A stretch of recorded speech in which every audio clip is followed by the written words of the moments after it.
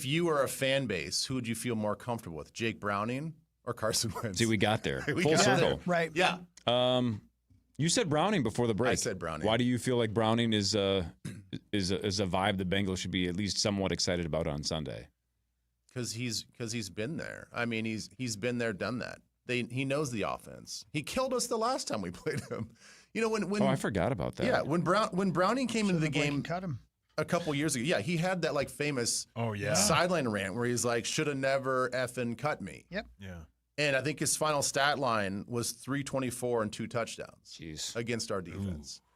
So, I mean, if you're a Bengals fan, you feel much more comfortable about that than we've never seen Carson Wentz in a Viking uniform as a quarterback in general. Like, yeah, he's been out there, but he's been on the team for 3 weeks?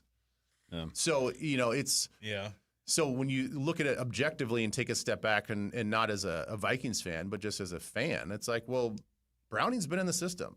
He's already beat our defense. Carson Wentz hasn't. And Carson Wentz, it's a record-breaking six year in a row where he started for 6 different teams. Man. It's quite the journey. So do you think guy. Jake Browning is kind of like an interesting dude because he reminds me statistically of a couple of other guys. One that we just had, like when Sam Howell got traded to the Vikings, it was like, well, Howell is capable of putting up 300 yards. He's probably going to give you 2 or 3 touchdowns and 2 or 3 interceptions, which is kind of what Nick Mullins felt like every time he stepped onto the, like he might just fill up the box score, but he's going to give you the ball 3 times. Yeah. I think based on his numbers even last week, Jake Browning's the same kind of a guy. He might light you up.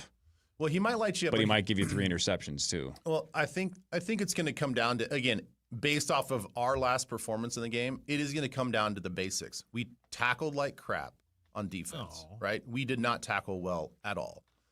Now, that was more from a running back perspective because Robinson, I think, and Algier were just, 2 balls and knives that we just couldn't bring down.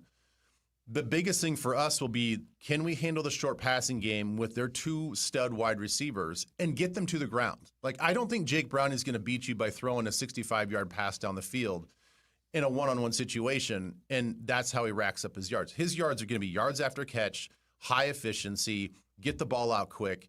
You look at what Atlanta did to us.